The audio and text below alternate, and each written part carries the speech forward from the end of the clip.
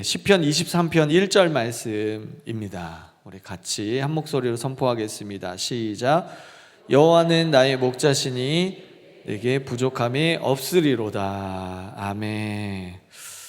저는 오늘 광야 안에 가나안이 있고 가나안 안에 광야에 있다 하는 제목으로 여러분들과 함께 말씀을 나누기를 원합니다. 애굽을 빠져나온 이스라엘 백성들은 곧장 가나안으로 들어간 것이 아니죠. 중간에 광야를 통과해야만 했습니다. 무려 40년 동안이나 광야를 통과했습니다. 낮이나 밤이나 눈만 뜨면 암갈색만 쳐다보며 40년 동안 살았습니다. 얼마나 질렸을까요?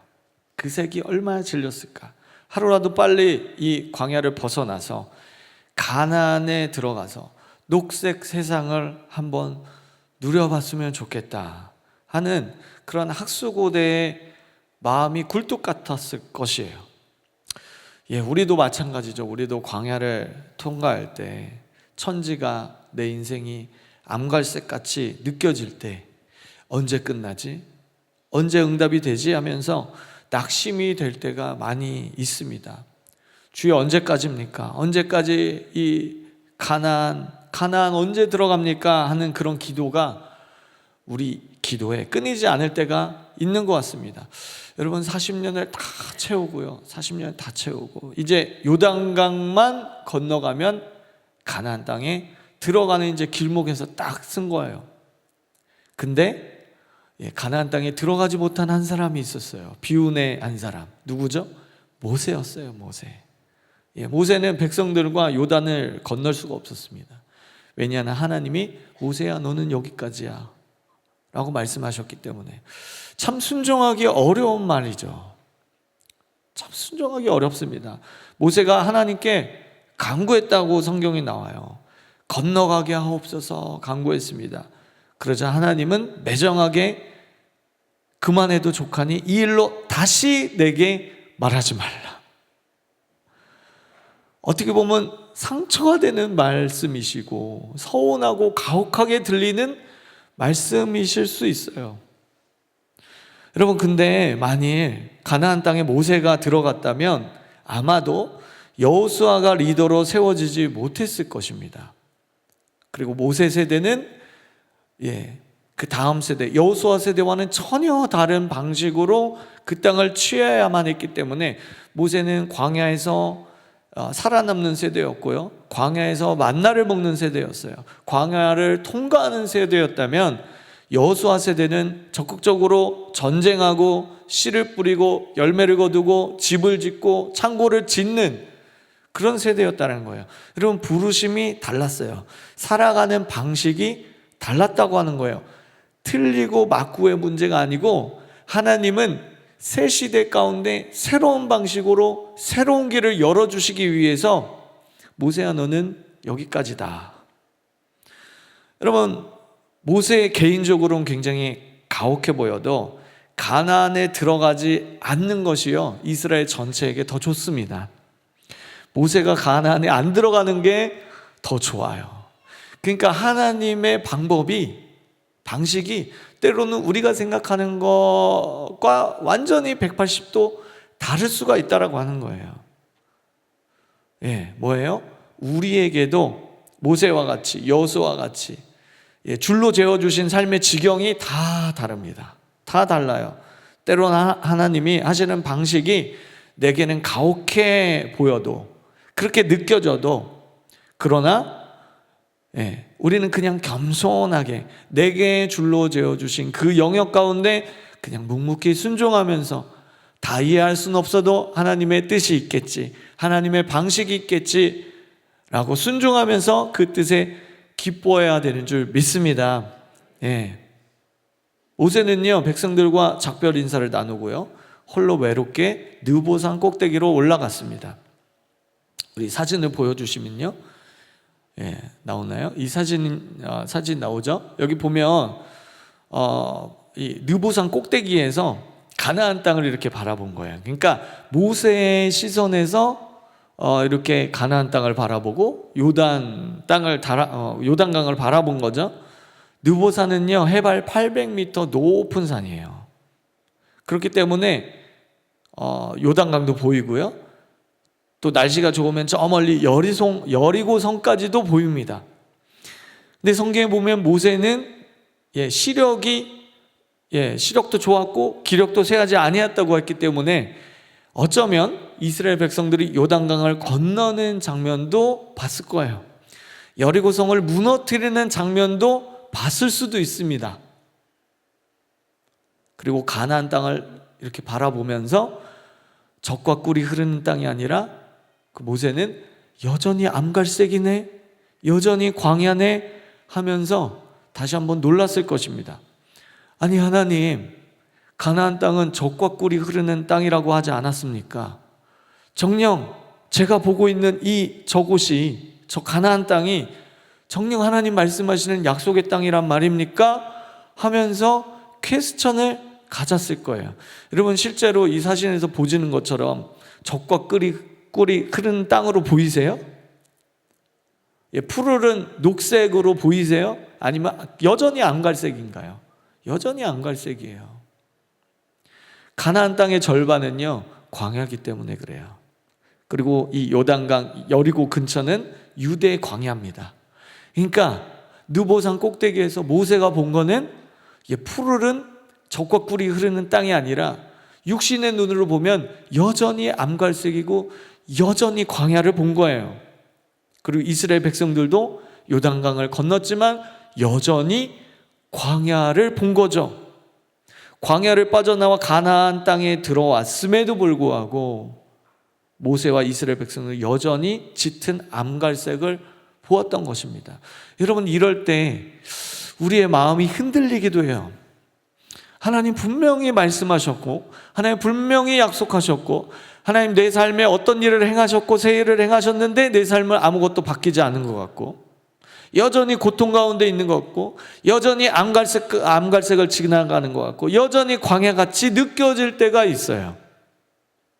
그러나 하나님은 줄로 재어주신 그 영역 가운데 요단강을 넘어가게 하셔서 새 일을 행하고 계시다고 하는 거예요. 여러분 우리의 여정도 마찬가지라는 거죠. 하나님 정말 여기가 약속의 땅 맞나요? 제가 은혜 받은 거 맞나요? 하나님이 응답 주신 거 맞나요? 라고 생각할 수 있다는 거예요. 여러분 그래서 우리는요 기도할 때 기도의 정답을 정해놓고 대부분 기도를 합니다. 우리는 어떤 정답을 구하죠? 내게 좋은 거 내게 좋은 거 굿을 생각하면서 응답을 정해놓고 기도를 하지만 하나님은 굿이 아니라 우리에게 베스트를 주시기를 원하신다는 거예요. 할렐루야. 우리가 하나님의 이 베스트가 내 생각과 전혀 다를 수 있습니다. 전혀 다르다고 해서 우리가 불평하면 안 되죠. 더군다나 가나안 땅에는요 요단강 하나밖에 없어요. 여러분 그 국가에서 전체 나라 중에 강이 하나밖에 없다니까요. 근데 주님은 젖과 꿀이 흐르는 땅이라고 말씀하시는 거예요. 도저히 이해가 안 되죠.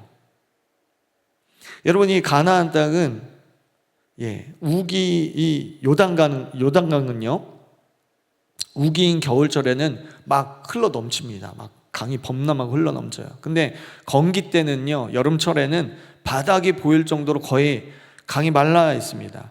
그래서 요단강은 우리가 보통 생각할 때 한강처럼 큰 강 우리가 생각할 수 있지만 사실 폭이 한 10m 정도 되는, 그러니까 청계천보다 조금 큰 강이라고 여러분들이 생각하시면 돼요. 요단강 한번 보여주시겠어요? 왼쪽이 요단강이고 오른쪽이 나일강입니다. 이스라엘 백성들은 전에 애굽에서 나일강을 봤던 사람들이에요. 나일강 그 삼각주에서 고센 땅에서 생활하면서 나일강이 어떤 강인지 보고 체험하고 거기서 살았던 사람들이에요. 여러분 나일강은요 비가 오지 않아도 사시사철 물이 풍부한 강입니다. 우기가 되면은 강이 막 범람해서 홍수가 나고 막 토사가 밀려와서 그냥 자연 그대로 가만히 있어도 그 토사 때문에, 밀려온 토사 때문에 농사가 저절로 되는 곳이에요. 건기가 돼도 강이 마르지 않고, 그러니까 경제가 끄떡없던 그런 장소였어요. 땅이 비옥하고, 비옥하니까 세계 최초로 관계 농업 시설이 발달되고, 그러니까 이 사람들은 이 농사 짓는 것을 굉장히 신성시하고요. 그러니까 히브리인들이 그 목축업하는 거에 대해서 굉장히 멸시하고 가증하게 여겼다고 그랬잖아요. 그 사람들이 보니까 노동력도 풍부해, 발달된 문명이 막 거기서 꼽히고요. 예술, 종교, 인종, 테크놀로지, 언어, 애굽은요 뭐든지 풍성했어요. 뭐든지 엘리트였습니다. 그렇기 때문에 아브라함도 야곱도 가나안에 기근이 나면 애굽으로 양식을 구하러 갔던 것입니다. 거기는 뭐 기근이 뭐 없어요. 그냥 뭐든지 풍성합니다. 하나님은 분명히 가나안 땅이 약속의 땅이라고 말씀하셨고 젖과 꿀이 흐르는 땅이라고 말씀하셨는데, 막상 현실은 완전히 정반대였던 거예요. 더군다나 그들은 풍성한 나일강에서 생활하다가 이제 가나안 땅을 가보니까 이게 뭐야? 청계천보다 조금 큰 이 요단강, 이게 젖과 꿀이 흐르는 땅이라고요? 퀘스천. 하나님의 방법과 그들의 방법이 달랐던 거죠. 우리는 굿을 원했지만 하나님은 베스트를 주기를 원하셨던 거예요. 육신의 눈으로 보면 실제로 젖과 꿀이 흐르는 땅은 애굽이지 세상이지 교회가 아니었습니다. 가나안이 아니었어요. 자, 민수기 16장 13절 우리 한번 같이 보도록 하겠습니다. 민수기 16장 13절 시작. 내가 우리를 젖과 꿀이 흐르는 땅에서 이끌어내어 광야에서 죽이려 함이 어찌 작은 일이기에 오히려 스스로 우리 위에 왕이 되려 하느냐. 이거 누구 말입니까? 애굽에서 살다 온 이스라엘 백성들이 하는 말이에요. 애굽이 젖과 꿀이 흐르는 땅이었다라고 말하고 있어요. 그들은 광야에서 살다가 더 이상 못 살겠다, 가나안 땅으로 좀 들어가자 했던 게 아닙니다. 그들은 이미 젖과 꿀이 흐르는 애굽 땅에서 살고 있었어요. 근데 거기서 주님이 건져서 젖과 꿀이 흐르는 땅으로 가라고 하니까 납득이 안 돼요. 이성적으로 판단해도 납득이 안 돼요. 경제적으로, 실리적으로 판단해도 하나님의 뜻이 틀린 것 같아요. 하나님의 약속은 너무 조그매 보이는 거예요. 세상은 커 보이는데, 불신자들은 저렇게 잘 먹고 잘 살고 부자고 뭐 명예도 있고 한데 우리 교회는 너무 비실비실 힘이 없어 보이는 거죠. 여러분, 성경은 애굽이 얼마나 살기 좋은 곳이었는지 창세기 13장 10절에서 이렇게 말씀하고 있습니다. 여호와의 동산 같고 애굽 땅과 같았더라. 애굽 땅은 여호와의 동산 같았어요. 세상은 실제로 그렇습니다. 그래서 사람들이 꿈꾸는 가나안은 가뭄과 기근을 모르고 사시사철 물 걱정 없고 농사 걱정 없게 해주는 동산 같은 곳이라고 생각을 합니다. 당연히 약속의 땅은 그래야지라고 생각을 합니다. 오늘날에도 돈 걱정 없고 건강 걱정 없고 행복하고 편안하고 막힘없는 삶이 가나안 땅, 약속의 땅, 하나님이 우리에게 들여보내실 땅이라고 우리가 생각하기 쉽습니다. 저희가 이제 신방 사역을 하다 보면, 신방이나 상담 사역을 하다 보면 돈 걱정, 건강 걱정, 부모 걱정, 자녀 걱정, 결혼 걱정, 직업 걱정 없이 살아가는 것이 가나안이라고 여기시는 분들이 종종 계십니다. 우리 교회 말고 다른 교회 꼭 이 말을 해야 됩니다. 안 그러면 여러분들이 도끼 눈으로 저 너무 무서워요. 다른 교회. 근데 그러면 참 이거를 참 곤란해요. 그 앞에서 그거 아닙니다 하기도 뭐하고, 물론 이제 돌려서 그런 말씀을 드리기도 하지만, 아닙니다 한다고 그분이 그거를 받아들일까요? 그 자리에서 인정할까요? 글쎄요. 하나님이 깨닫게 해주셔야 되죠. 그러면 그냥 네, 그렇군요. 함께 기도하죠. 함께 더 주님 바라보죠. 아무리 목회자라도 그렇게 말할 수밖에 없는 그런 상황들을 봅니다. 여러분, 그러나 실제 가나안에는 개천만한 요단강 딱 하나 흐르고 있을 뿐입니다. 그래서 가나안에서는 오직 어떻게 해요? 하늘을 쳐다보며 살아야 됩니다. 할렐루야. 땅을 보면 소망이 없어요. 그래서 가나안에서 생존하고 가나안에서 축복을 누리기 위해서는 하늘을 바라봐야 돼요. 우리 좀 전에 찬양했듯이 예루살렘아 비 내려주시는 그 하나님을 바라봐야 된다는 거죠. 그래서 하늘을 의존해서 살아가야 하는 곳이 바로 약속의 땅, 약속을 받은 약속의 자녀들의 약속의 부르심이라고 하는 것입니다. 여러분, 이것이 우리를 향한 하나님의 베스트예요. 정말 작아 보이지만 거기에다 딱 놓고 이게 베스트야, 이 땅이 베스트야 라고 우리에게 말씀하시는 거예요. 가나안 땅에 들어왔지만 하늘 문이 닫히면 그곳은 광야가 되는 것이고, 광야에 살아가고 있지만 하늘 문이 열려 있으면 그곳은 젖과 꿀이 흐르는 땅이 되는 것입니다. 가나안 땅이 되는 거예요. 여러분 중에 혹시 나는 광야의 길을 지금 걸어가고 있다라고 생각하는 분이 계신가요? 아니에요, 여러분. 광야도 젖과 꿀이 흐르는 땅이 될 수 있습니다. 그래서 어떤 사람은 가나안의 풍족함 속에 살고 있지만 실상은 영적으로 메마른 광야며, 반대로 어떤 사람은 광야 같은 힘든, 재정적으로 힘들고 암이 걸리고 힘들지만 그러나 그곳에서 가나안을 경험하는 사람이 있다는 거예요. 높은 산이 거친 들이 조막이나 궁궐이나 다 같이 내 주 예수 모신 곳이 그 어디나 하는 나라. 그렇죠. 초막이나 궁궐이나 광야나 가나안이나 그건 중요하지 않습니다, 여러분. 내가 어디에 서느냐가 중요하지 않아요. 내가 어떻게 사느냐. 그래서 시편 23편 1절은 여호와는 나의 목자시니 라고 말하고 있습니다. 여호와가 나의 목자가 되면 그 다음 2절, 3절, 4절, 5절의 축복이 우리에게 임하는 거예요. 아무리 2절, 3절, 4절, 5절의 축복이 우리에게 온 것 같아도 1절이 안 되면, 여호와가 나의 목자시니가 안 되면 그건 광야입니다. 그건 속는 거예요. 그것은 굿이지 베스트가 아닌 거예요. 여러분, 그렇기 때문에 가나안에서 살면서 가장 두려운 것이 뭡니까? 집이 없는 것도 아니고 창고가 없는 것도 아니고 전세 사는 것도 아니고 자가도 아니고 좋은 차 타는 것도 아니고 적금 통장에 돈이 많은 것도 아니고 하늘 문이 닫혀 있으면 그거는 광야입니다.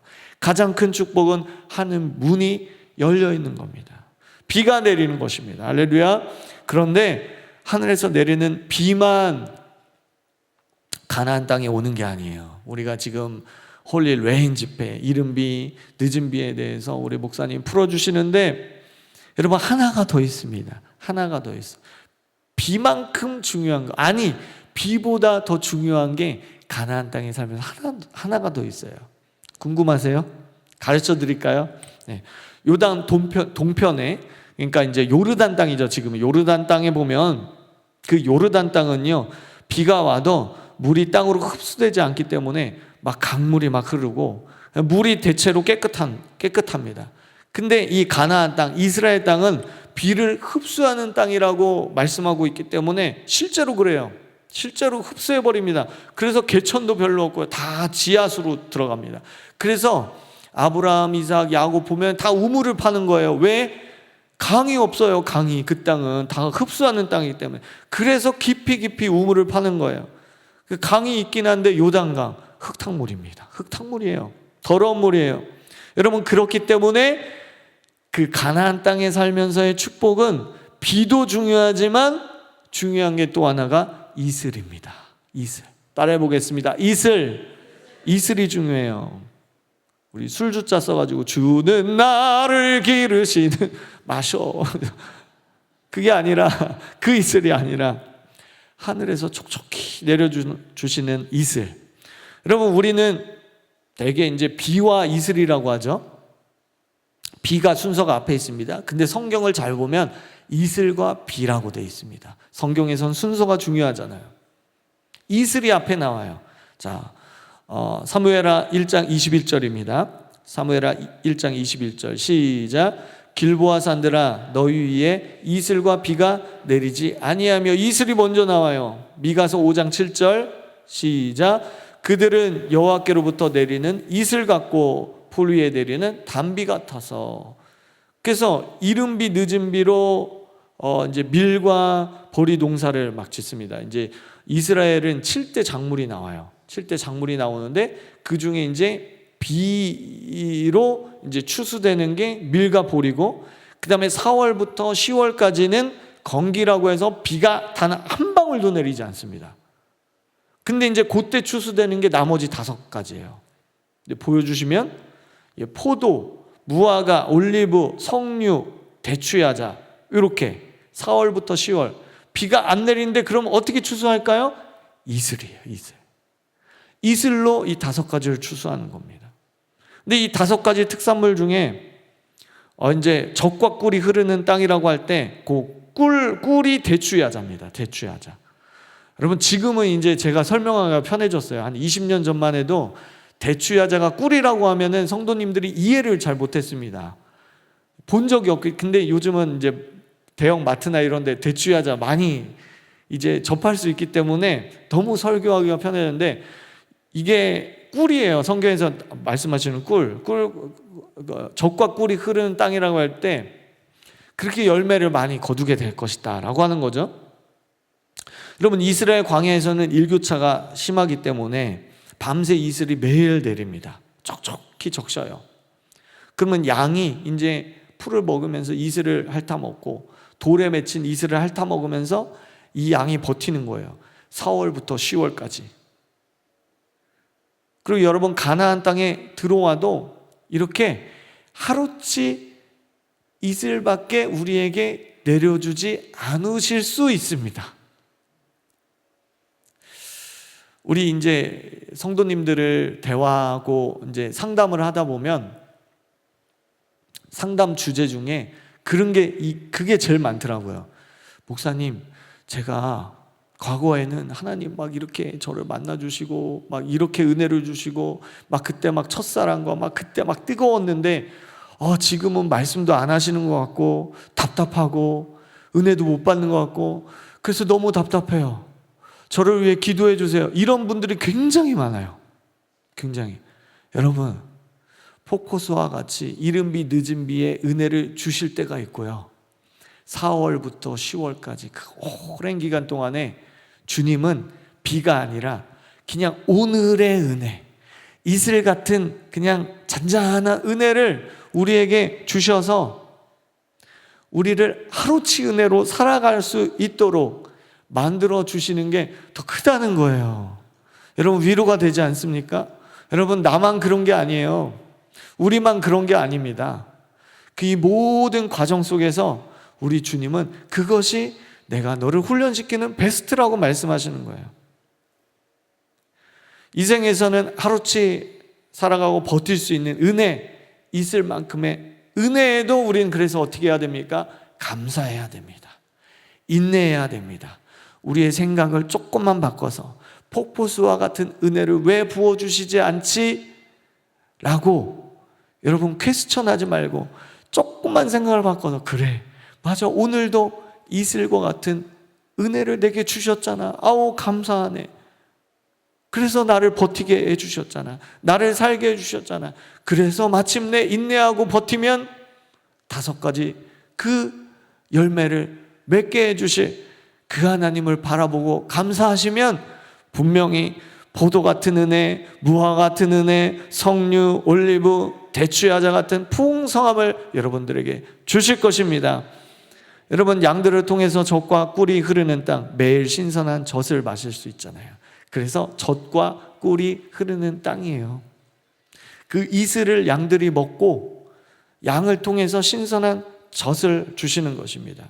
그리고 우유로 유제품 만들어서 단백질을 공급받고, 양털로 옷을 해입고, 가죽으로 장막을 짓고, 양고기를 먹을 때는 그야말로 동네 잔치가 됩니다. 뼈로는 연장이나 도구를 만들기도 하고요, 양 배설물로는 불을 피울 수가 있습니다. 이것이 하나님의 방식이었어요. 가나안 땅을 살아가는 베스트라고 하는 겁니다. 따라서 우리에게 이른비, 늦은비, 폭포수와 같은 은혜도 필요하고, 매일의 삶 속에서 오병이어를 통해서 주시는 그런 이슬과 같은 은혜도 필요할 줄 믿습니다. 여러분, 신앙에서 가장 위험할 때가 언제일까요? 광야일까요? 아니면 가나안일까요? 광야에서는 하나님이 수시로 나타나 주셨습니다. 수시로 말씀하셨고, 초자연적인 것이 일상이었습니다. 그런데 가나안에 들어온 후에는 하나님이 거의 나타나시지 않습니다. 대신에 집을 짓고 창고를 짓고 우물을 파고 소와 양이 번식하고 은금을 쌓도록 허락하셔요. 그러한 성경은 가나안을 경고하고 있습니다. 신명기 8장 11절에서 14절 우리 한번 볼까요? 네, 신명기 8장 11절에서 14절 읽겠습니다. 시작. 내가 오늘 내게 명하는 여호와의 명령과 법도와 규례를 지키지 아니하고 내 하나님 여호와를 잊어버리지 않도록 삼갈지어다.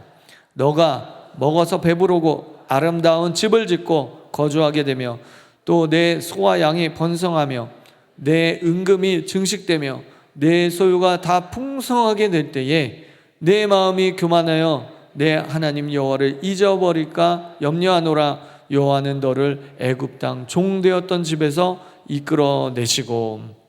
그렇게 되면 가나안을 살면서 가나안을 잃어버리게 된다는 것입니다. 가나안에 살면서 광야 같은 삶을 산다는 거예요. 광야는 하나님의 은혜가 아니면 살아남을 수 없는 곳이었는데, 다른 선택지가 없죠. 여기를 가도 광야고 저기를 가도 광야입니다. 40년 동안 광야 생활을 했어요. 온통 암갈색이었습니다. 그래서 힘들어도 하나님 붙잡고 하나님 믿고 의지하며 살아가게 됩니다. 그런 성도는 광야를 살면서도 실상은 가나안을 누리며 사는 것입니다. 그러나 가나안은요, 하나님 없이도 기도 없이도 얼마든지 잘 살 수 있는 곳이 가나안이에요. 그래서 광야에서는 은혜가 절대적으로 필요했는데 가나안에서는요, 은혜 위에 은혜가 필요한 것이 가나안이라는 거예요. 가나안에 들어가면 행복하겠지, 다 끝나겠지, 이 광야만 잘 통과하자. 아니요, 더 위험한 곳은 가나안이라고 하는 것입니다. 여러분, 우리 한국교회의 그 역사를 보면 어느 나라든 복음이 들어가서 국민소득 GDP가 1만 불이 넘어가면 그 어느 나라든 예외 없이 교회가 정체되면서 이제 교회가 타락의 길을 갑니다. 우리나라도 그랬어요. 우리나라도 이제 제가 알기로는 93년도, 94년도 GDP 10,000불 그때 막 올라간다. 막 우리도 이제 뭐 잘 살 수 있다 그랬는데요. 한국교회 그 역사를 보면 93년, 94년, 95년도에 정체되기 시작하면서 2000년 들어오면서 이제 하향세로 내려갑니다. 사람들이 등 따숩고 배부르기 시작하면 가나안을 주셨는데 그 가나안에 정착하면서 창고를 짓고 은금을 모으고 하나님을 잊어버리게 됩니다. 딱 한 나라만 예외예요. 인류 역사 가운데 미국만 예외입니다. 그래서 미국을 축복해야 돼요. 여러분, 그래서 미국이 리더가 될 수밖에 없어요. 물론 이제 미국이 세상 문화나 이런 것도 많이 좀 그런 것도 하지만 그래도 미국이 저렇게 저력이 있는 것이, 저렇게 잘 살고 부자 나라여도 정말 하나님 의지하고 기도하는 사람들이 거기 있기 때문에 그래요. 여러분, 우리도 이 대한민국도 한국교회도 다시 한번 일어나기를 원합니다.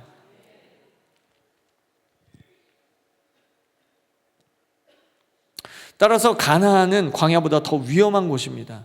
여러분, 중세시대에 교회는 가히 가나안 시대였습니다. 우리 다시 말씀 보여주세요. 12절. 너가 먹어서 배부르고, 모든 것이 차고 넘쳤던 시대예요. 아름다운 집을 짓고 거주하게 되며 하늘을 찌를 듯한 고딕 양식이 막 교회들을 막 이렇게 풍성하게 했습니다. 그리고 은금이 증식되며 소유가 다 풍성하게 될 때, 여러분, 중세 교회는요 금은보화로 차고 넘쳤습니다. 한 번은 교황이 토마스 아퀴나스라고 하는 유명한 신학자를 불러서 얘기를 했습니다. 베드로는 은과 금은 내게 없거니와 곧 나사렛 예수 그리스도의 이름으로 일어나 걸어라 라고 말했지만, 이복에 이제 교회는 은과 금이 넘쳐나는 축복을 받게 되었네. 그러자 토마스 아퀴나스가 이렇게 말했습니다. 교황님, 맞습니다. 교회는 은과 금으로 넘쳐나고 권력도 있고 명예도 갖게 되었습니다. 그러나 나사렛 예수 그리스도의 이름을 잃어버리게 됐습니다. 신명기 8장 14절 우리 다시 한번 읽을까요? 8장 14절 시작. 내 마음이 교만하여 내 하나님 여호와를 잊어버릴까 염려하노라. 하나님을 가장 잘 잃어버리기 쉬운 곳이 어디입니까? 광야가 아닙니다. 가나안입니다. 미국 지폐를 보시면 거기 뭐라고 써 있습니까? In God we trust. 우리는 하나님을 믿는다. 뒤집어 말하면 돈을 의지하지 말라고 돈에 써 있는 것입니다. 우리가 사는 세상은요, 싫든 좋든 돈이 가장 힘이 있습니다. 다들 돈하면서 살아갑니다. 우리의 삶에 알게 모르게 지배하고 있는 것이 돈이에요. 돈이 모인 곳에 사람이 모이게 돼 있어요. 경제가 모이게 돼 있습니다. 거기에 테크놀로지가 모이게 돼 있고요. 거기에 어떤 사람들의 문화가 창출되기도 하고요. 우리의 창고에 돈이 가득하면 은근히 든든합니다. 우리의 창고에 돈이 비어 있으면 왠지 모르게 불안합니다. 가난에 들어가면 우리의 신앙이 진짜인지 가짜인지 알게 됩니다. 우리는 많은 시간 하나님 제발 이 지긋지긋한 광야를 빨리 벗어나게 해주십시오 라고 기도하지만, 하나님은 내가 그렇게 해주더라도 너는 지금처럼 나만을 원할 수 있겠느냐 라고 하나님은 우리에게 말씀하신, 가장 어렵고 힘들었던 광야의 시절을 여러분 한번 회상해 보십시오. 하나님이 아니면 살 수 없습니다. 하나님 한 분이면 됩니다 라고 기도했을 때를 여러분 한번 생각해 보세요. 광야에 살 때는요 다 믿음이 좋아 보입니다. 누구나 다 기도합니다. 붙잡을 게 주님밖에 없으니까요. 누구나 다 하나님을 위해서 내가 살겠습니다. 이 문제만 해결해 주시면 내가 어떻게 하겠습니다. 다 기도할 수 있습니다. 그런데 지금은, 가나안 땅에 들어온 지금은 왜 그만큼의 기쁨이 없을까요? 우리 안에 왜 그만큼의 과거에 힘들었던 그 광야의 시절만큼의 행복이 없을까요? 왜 그때가 더 좋았다고 우리는 고백할까요? 왜 그때를 더 그리워할까요? 내가 암에 걸렸을 때, 우리 집안이 부도가 났을 때 왜 그때가 좋았다고 우리는 그렇게 고백하는 것일까요? 여러분 꼭 잊지 마십시오. 광야보다 더 큰 은혜가 필요한 것이 바로 가나안 땅입니다. 그리고 오늘의 이슬에 감사해야 되고 그것을 찬송해야 되고 그것을 간증해야 되는 곳이 바로 가나안 땅이라고 하는 것입니다. 반주 좀 해주시고요. 가나안 땅은요 물만 귀한 것이 아니고 나무도 귀합니다. 우리나라에서는 이제 집을 지으려면 산에 올라가서 나무를 베우면 되죠. 근데 이스라엘은요 아까 사진에서 보는 것처럼 산에도 나무가 없어요. 다 돌산입니다. 그렇기 때문에 솔로몬 성전을 지을 때 필요한 나무를 레바논에서 수입했었잖아요. 돌이 흔하니까요 집을 지을 때도 돌로 짓습니다. 무덤도요 석회 그 바위를 파가지고 동굴 만들어서 무덤을 만들어요. 가나 혼인잔치에도 돌 항아리, 돌 그릇, 생활용품도 다 돌이에요. 아마 예수님 태어나신 그 구유도 아마 돌구유였을 것입니다. 근데 우리 주님이 젖과 꿀이 흐르는 땅이라고 말씀하시니까 육신의 눈으로 보면 참 이상하죠. 요상하죠. 주님의 말씀이 틀린 것 같이 보여요. 여러분, 예루살렘이나 헤브론 지역은요 다 지반으로 되어 있습니다. 다 돌로 되어 있어요. 암석으로 되어 있어요. 근데 예루살렘 가보신 분들은 아시겠지만 산 꼭대기에 도시가 있어요. 해발 750m 산 꼭대기에 예루살렘 도시가 있습니다. 근데 다 이제 돌산이니까 안반으로 이루어져 있어서 비가 와도 다 흘러내려갑니다. 밑으로 다 흘러내려가요. 땅으로 스며들지 않아요. 안반으로 이루어져 있어서 그래서 나무를 심어도 나무가 뿌리를 내리지 못하고 곡식도 농사도 지을 수 없는 곳이 예루살렘이고 헤브론 지역이었습니다. 그렇다 보니까 예루살렘에서 흘러내려온 이 빗물이 어디로 흘러갑니까? 유대 광야로 흘러가는 거예요. 네게부 광야로 흘러가요. 거기에 물이 흘러가면 큰 홍수가 납니다. 그러면서 하루 이틀 사이에 그 광야같이 메마른 거기에서 풀이 자라납니다. 그 꽃이 펴요. 이것이 하나님이 그 광야에 생수를 공급하시는 방법이에요. 그럼 거기에 샘이 있고요, 오아시스가 생기고, 그리고 거룩한 성막의 기구를 만드는 시띠 나무가 거기에서 자라납니다. 엔게디 폭포가 막 생깁니다. 어디에? 광야에. 광야를 살아가는 것은 그러니까 하늘에서 내리는 비가 아니고 예루살렘에서 내려주시는 빗물이 메마른 광야에 흘러들어가서 생명이 일어나게 하나님 만들어주시는 거예요. 여러분, 여기서 우리가 영적인 원리와 교훈을 배울 수가 있습니다. 하나님께서 주시는 축복은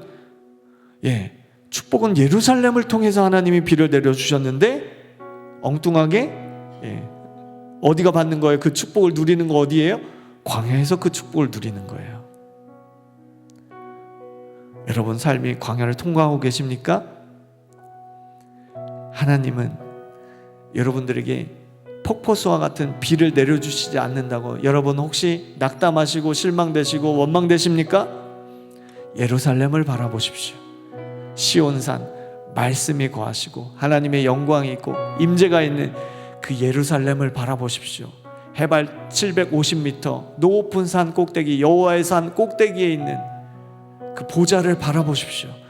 거기서부터 비가 내려 흘러들어와 우리의 삶을 촉촉히 적셔주시고 우리의 삶의 인생에 꽃을 피워주시고 엔게디 폭포처럼 물이 풍성하게 해주시고 또 우리의 장막집을 지을 수 있는 그 시띠 나무를 자라게 하시고 열매를 주실 것입니다. 그래서 갑자기 그런 은혜가 여러분들에게 찾아오실 것입니다. 할렐루야. 근데 비는요 여러분들의 삶에 내리지 않아요. 예루살렘을 통해서 나한테 와요. 교회라고 합시다. 예루살렘 교회라고 합시다. 교회를 통해서 이 강단을 통해서 여러분들에게 흘러간다는 거예요. 하나님의 말씀이라고 합시다. 매일 오병이어를 통해서 나에게 이슬과 같이 내려주시는 이 은혜를 통해서 내 삶에 광야 같은 내 삶에 흘러 들어온다는 것이, 여러분 중에 가나안에 도착했지만 우리 찬양팀 나와주시고, 여러분 삶 중에 가나안 땅에 도착했지만 첫사랑을 잃어버리고 만족함이 없고 왠지 모르게 공허하고 창고에 돈은 있는데 은과 금은 있는데 내 삶에 문제는 없고 그냥 풍족한데 이게 뭐지? 왜 이렇게 공허하지? 왜 이렇게 주님의 사랑이 느껴지지 않지? 전처럼 뭔가 돌파가 없지? 은혜가 없지? 홀로 서 있는 것 같이 여러분 느껴지시는 분이 계실지 모르겠어요. 다시 한번 은혜의 비가 예루살렘을 통해서 우리에게 뿌려질 수 있도록 여러분 구하시기 바랍니다.